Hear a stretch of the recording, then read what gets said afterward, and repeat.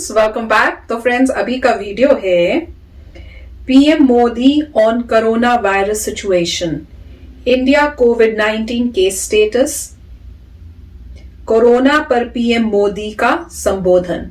तो चलो फ्रेंड्स, शुरू करते हैं आज का वीडियो। पता करते हैं कि पीएम मोदी जो है वो हमारे साथ क्या शेयर कर रहे हैं। तो वीडियो शुरू करने से पहले अगर आप चैनल पर नए हो और आपने अभी तक सब्सक्राइब नहीं किया तो जल्दी से पहले सब्सक्राइब के बटन और बेल आइकन को क्लिक कर लो, ताकि आपको हमारे सारे न्यू वीडियोस के नोटिफिकेशन मिल जाए जैसे हम अपलोड करें। अगर आपको वीडियो पसंद आता है please like and share. And हमारा दूसरा चैनल, ट्विटर, इंस्टाग्राम अकाउंट, सबके डिटेल्स है डिस्क्रिप्शन बॉक्स में, उनको भी सब्सक्राइब और फॉलो कर लेना।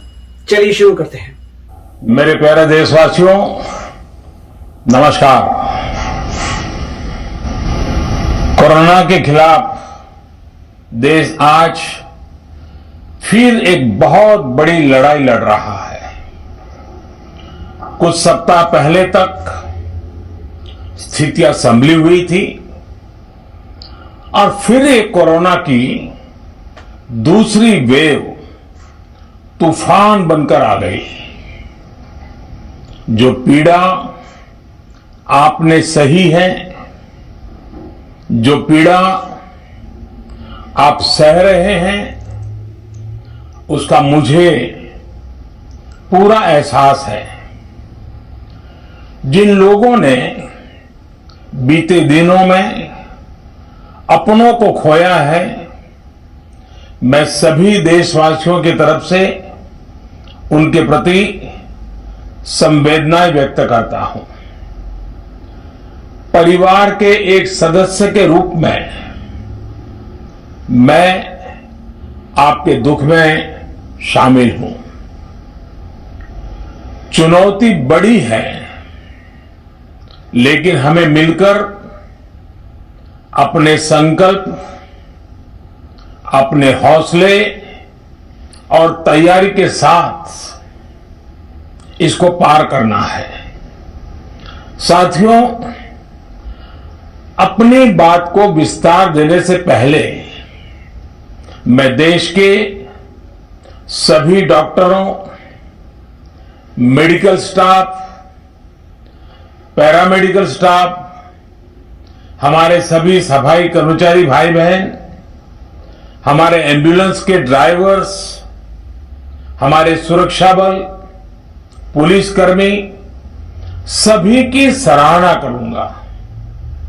आपने कोरोना की पहली वेव में भी अपना जीवन दांव पर लगाकर लोगों को बचाया था। आज आप फिर इस संकट में अपने परिवार, अपने सुख, अपनी चिंता छोड़कर दूसरों का जीवन बचाने में दिन रात जुटे हुए हैं। साथियों, हमारे शास्त्रों में कहा गया है, त्याज्यम न धैर्यम विदुरपि काले, अर्थात कठिन से कठिन समय में भी हमें धैर्य नहीं खोना चाहिए।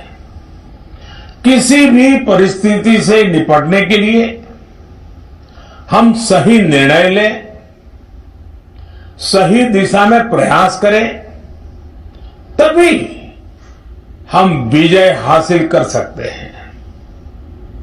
इसी मंत्र को सामने रखकर आज देश दिन रात काम कर रहा है। बीते कुछ दिनों में जो फैसले लिए गए हैं, जो कदम उठाए गए हैं, वो स्थिति को तेजी से सुधारेंगे। इस बार कोरोना संकट में देश के अनेक हिस्से में ऑक्सीजन की डिमांड बहुत ज्यादा बढ़ी है। इस विषय पर तेजी से और पूरी संवेदनशीलता के साथ काम किया जा रहा है। केंद्र सरकार, राज्य सरकारें, प्राइवेट सेक्टर, सभी की पूरी कोशिश है कि हर जरूरतमंद को ऑक्सीजन मिले। ऑक्सीजन प्रोडक्शन और सप्लाई को बढ़ाने के लिए भी कई स्तरों पर उपाय किए जा रहे हैं। राज्यों में नए ऑक्सीजन प्लांट्स हो, 1 लाख नए सिलेंडर पहुंचाने हो, औद्योगिक इकाइयों में इस्तेमाल हो रही ऑक्सीजन का मेडिकल इस्तेमाल हो, ऑक्सीजन रेल हो, हर प्रयास किया जा रहा है। साथियों, इस बार जैसे ही कोरोना के केस बढ़े, देश के फार्मा सेक्टर ने दवाइयों का उत्पादन और बढ़ा दिया है। आज जनवरी फरवरी की तुलना में देश में कई गुना ज्यादा दवाइयों का प्रोडक्शन हो रहा है। इसे अभी और तेज किया जा रहा है।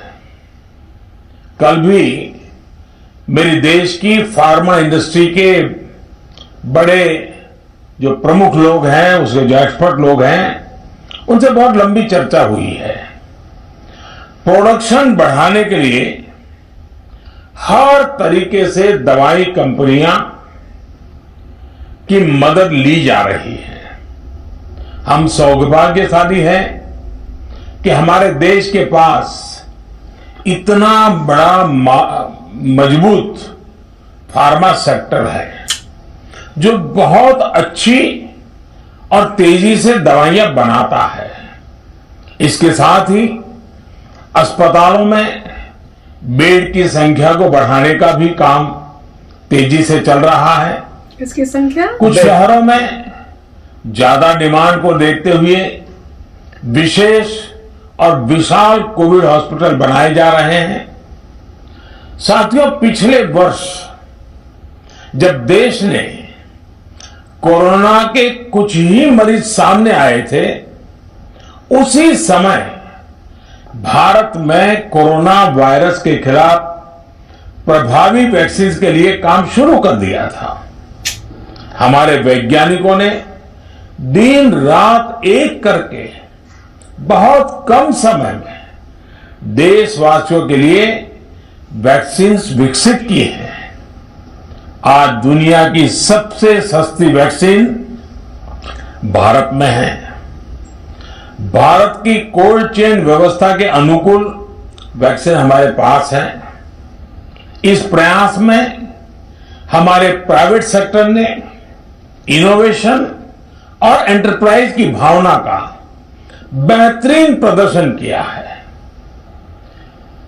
वैक्सीन की अप्रूवल्स और रेगुलेटरी प्रोसेसेस को फास्ट ट्रैक पर रखने के साथ ही सभी साइंटिफिक और रेगुलेटरी मदद को बढ़ाया गया है। यह एक टीम एफर्ट है जिसके कारण हमारा Bharat 2 made in India vaccine के साथ दुनिया का सबसे बड़ा टीकाकरण अभियान शुरू कर पाया। टीकाकरण के पहले चरण से ही गति के साथ ही इस बात पर जोर दिया गया कि ज्यादा से ज्यादा क्षेत्रों तक, जरूरतमंद लोगों तक वैक्सीन पहुंचे। दुनिया में सबसे तेजी से भारत में पहले 10 करोड़, फिर 11 करोड़ और 12 करोड़ वैक्सीन डोज दिए गए हैं। आज कोरोना से इस लड़ाई में हमें हौसला मिलता है कि हमारे health care workers, frontline corona warriors और सीनियर सिटीजन्स के एक बड़े हिस्से को वैक्सीन का लाभ मिल चुका है। साथियों, कल ही वैक्सीन को लेकर हुए एक और अहम फैसला भी हमने किया है। 1 मई के बाद से 18 वर्ष के ऊपर के किसी भी व्यक्ति को वैक्सीनेट किया जा सकेगा। अब भारत में जो वैक्सीन बनेगी उसका आधा हिस्सा सीधे राज्यों और अस्पतालों को भी मिलेगा। इस बीच गरीबों, बुजुर्गों निम्न मध्यम वर्ग के लोग 45 वर्ष की आयु के ऊपर के व्यक्तियों के लिए केंद्र सरकार का जो वैक्सीन कार्यक्रम चल रहा है वो भी उतनी ही तेजी से जारी रहेगा। पहले की तरह ही सरकारी अस्पतालों में मुफ्त वैक्सीन मिलती रहेगी, जिसका फायदा, जैसा मैंने कहा, हमारे गरीब परिवार हो, हमारे मध्यम वर्ग, निम्न मध्यम वर्ग के परिवार हो, वो उनका लाभ उठा सकेंगे। साथियों, हम सभी का प्रयास जीवन बचाने के लिए है, और जीवन बचाने के लिए तो है ही,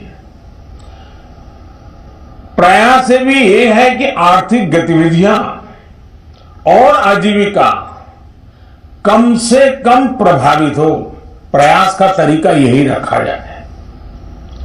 वैक्सीनेशन को 18 वर्ष की आयु के ऊपर के लोगों के लिए ओपन करने से शहरों में जो हमारे वर्कफोर्स है उसे तेजी से वैक्सीन उपलब्ध होगी। राज्यों और केंद्र सरकार के प्रयासों से श्रमिकों को भी तेजी से वैक्सीन मिलने लगेगी। मेरा राज्य प्रशासन से आग्रह है कि वो श्रमिकों का भरोसा जगाए रखे। उनसे आग्रह करें कि वो जहां है वहीं रहे। राज्यों द्वारा दिया गया ये भरोसा उनकी बहुत मदद करेगा कि वो जिस शहर में है वहीं पर अगले कुछ दिनों में वैक्सीन भी लगेगी और उनका काम भी बंद नहीं होगा।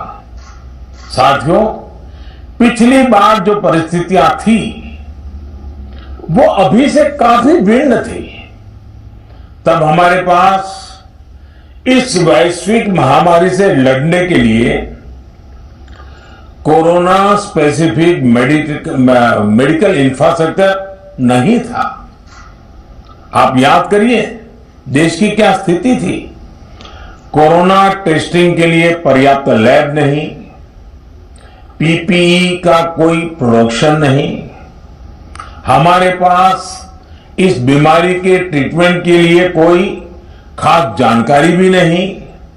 लेकिन बहुत ही कम समय में हमने इन चीजों में सुधार किया। आज हमारे डॉक्टरों ने कोरोना के इलाज की बहुत ही अच्छी एक्सपर्टीज हासिल कर ली है। वो ज्यादा से ज्यादा जीवन बचा रहे हैं। आज हमारे पास बड़ी मात्रा में पीपीई किट्स हैं, लैब्स का बड़ा नेटवर्क है और हम लोग टेस्टिंग की सुविधा को निरंतर बढ़ा रहे हैं। साथियों, देश ने कोरोना के खिलाफ अब तक बहुत मजबूती से और बहुत धैर्य से लड़ाई लड़ी है। इसका श्रेय आप सभी को, सभी देशवासियों को ही जाता है।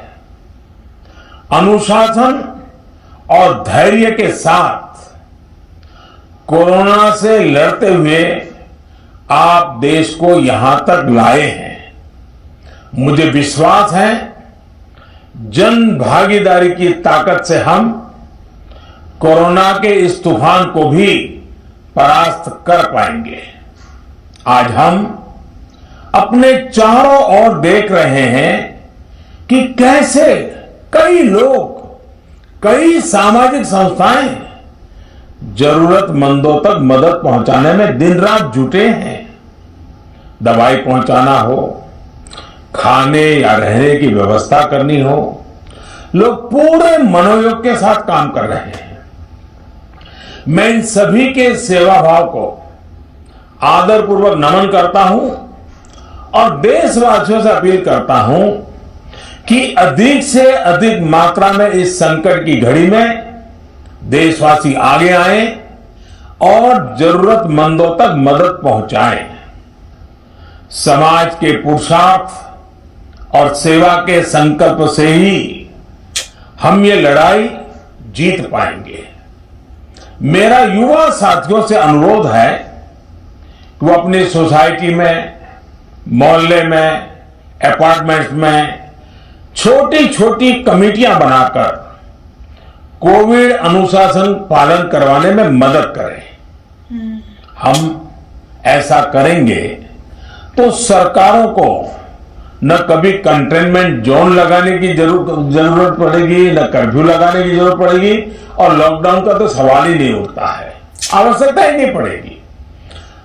स्वच्छता अभियान के समय देश में जागरूकता फैलाने के लिए मेरे बाल मित्रों ने बहुत मदद की थी। छोटे छोटे बालक 5वीं, 7वीं, 8वीं, 10वीं में पढ़ने वाले, उन्होंने घर के लोगों को समझाया था, मनाया था। उन्होंने बड़ों को भी स्वच्छता का संदेश दिया था।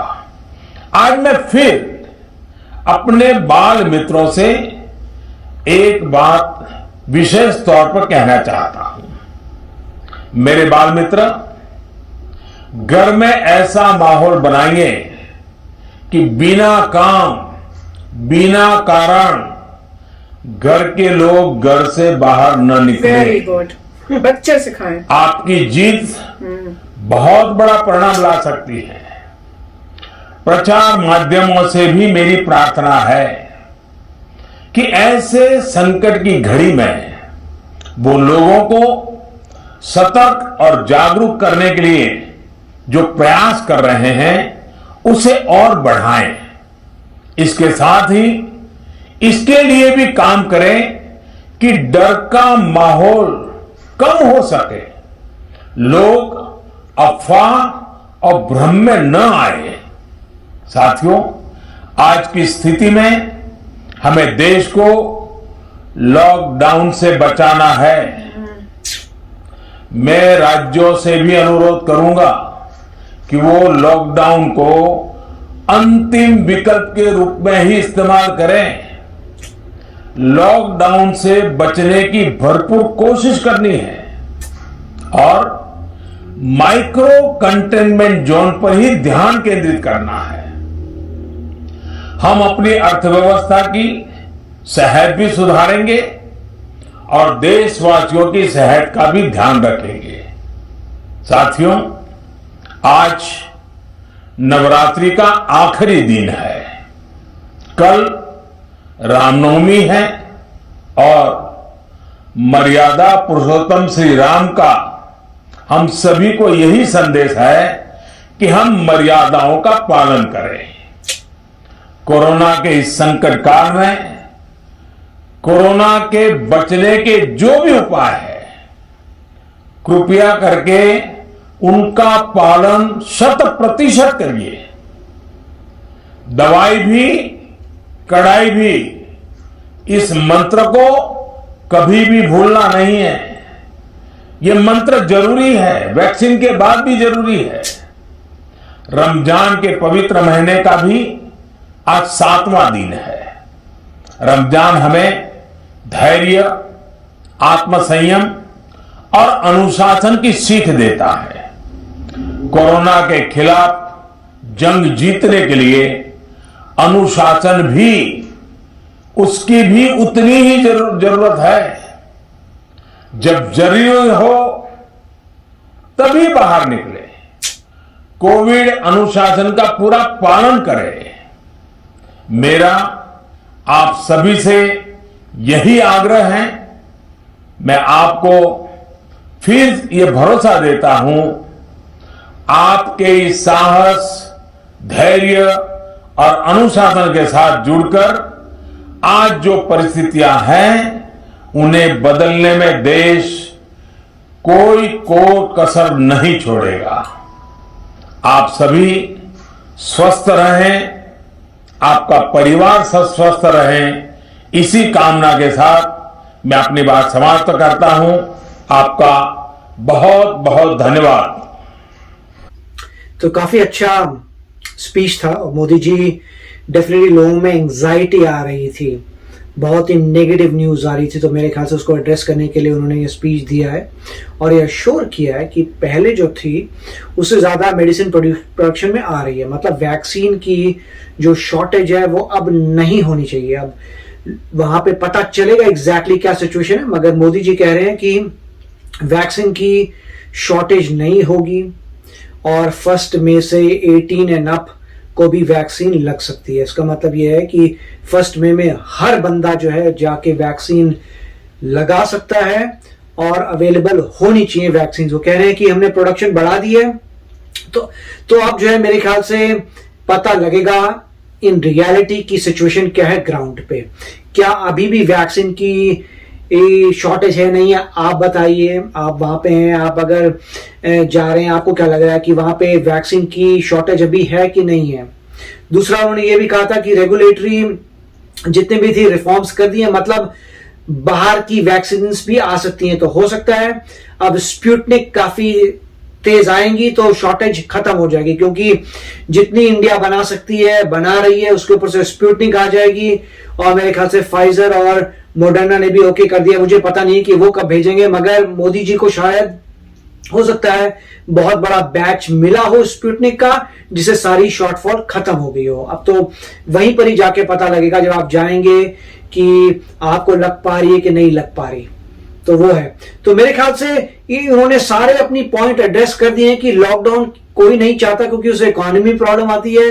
बेस्ट ये है कि हर बंदा जाए और वैक्सीन लगवाए, और वैक्सीन लगवाने के बाद भी लोग अननेसेसरीली बाहर ना जाएं और मास्क पहने रहें।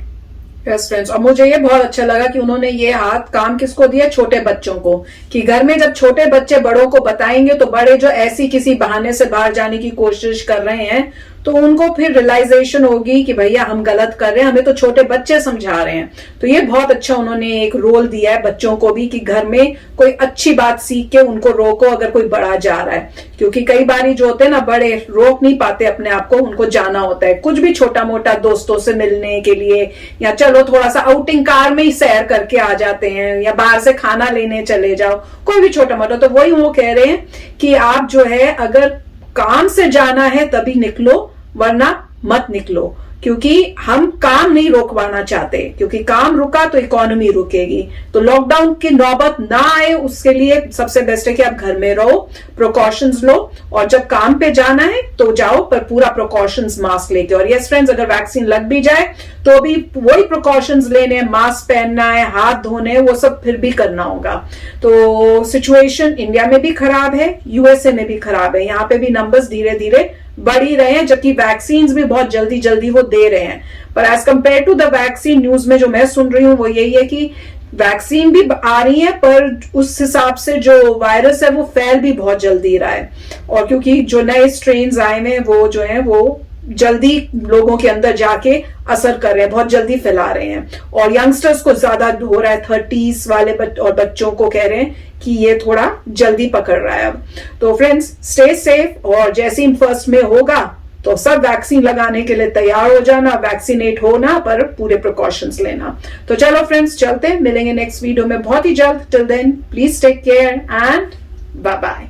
तो अगर आप मेरे इस चैनल पे नए हो तो जल्दी से सब्सक्राइब के बटन को हिट करो और बेल आइकन को क्लिक करो, ताकि आपको मेरा जब नया वीडियो मैं लगाऊं आपको उसके बारे में जल्दी से पता चल जाए।